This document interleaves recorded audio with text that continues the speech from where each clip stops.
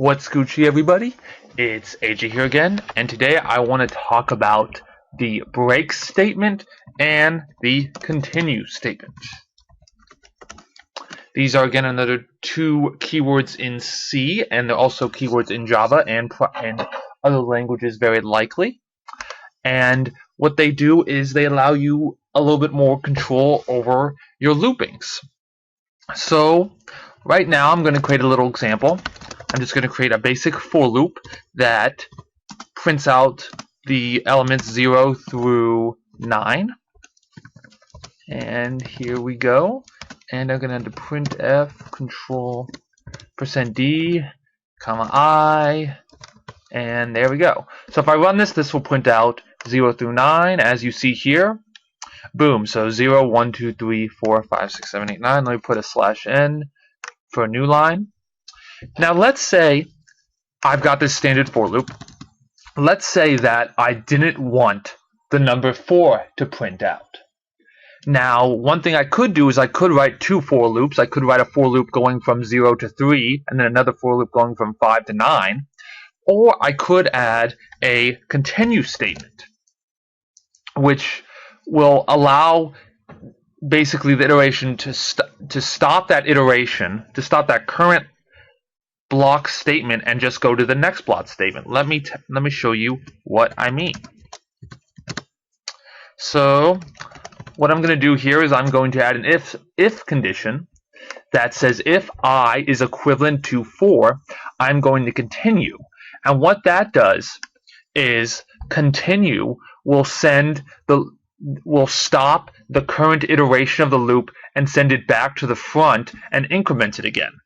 So what this will do is the loop will print out 0, 1, 2, 3, and then when I equals 4, it will continue, stop this iteration, the current iteration of the block statement, go back up, iterate I to 5, and then check does I equal 4? No, I is equal to 5 currently, and print out 5, 6, 7, 8, 9. So hopefully this will, if we run this loop, it will skip 4. And as you can see here, it goes 0, 1, 2, 3, 5, 6, 7, 8, 9. Sorry, I paused there. I was getting something to drink. Now, that is what the continue statement does. It allows you to stop maybe a current iteration if something exists. So maybe if you wanted to check if somehow the numbers you were iterating through were prime numbers and you didn't want to check something, or some other scenario, you would want to use a continue statement. Now, what if I was checking for something in my loop after performing some calculations and I wanted to break from the loop entirely?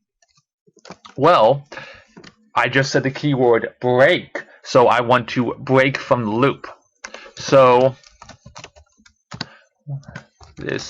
I'm going to put this put statement to show you this loop is complete, just to illustrate this.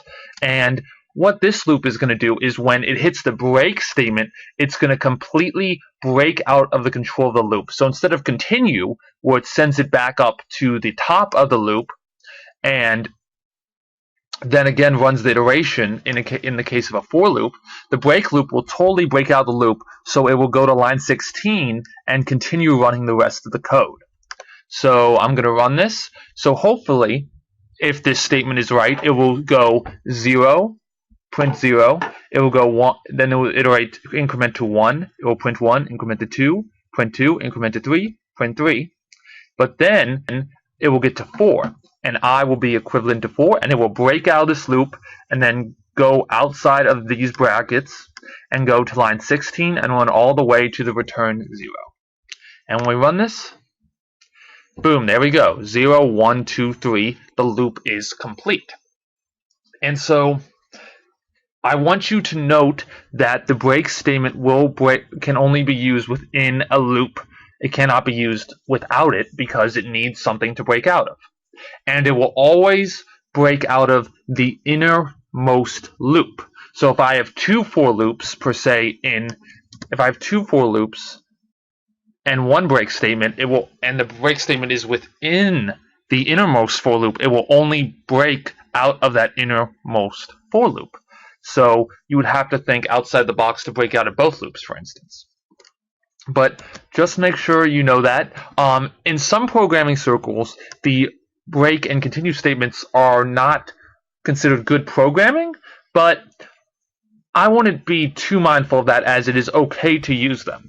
Something that I will be showing you in the next tutorial is the goto statement, which is a total no-no in C programming, and it is considered very bad to use it and almost very bad programming logic because it breaks programming logic.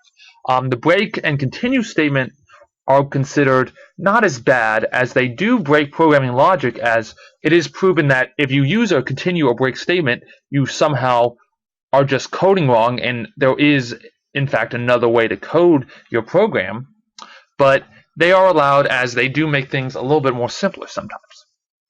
So I hope you guys enjoyed this tutorial, and I hope everything is okay. I'll see you later.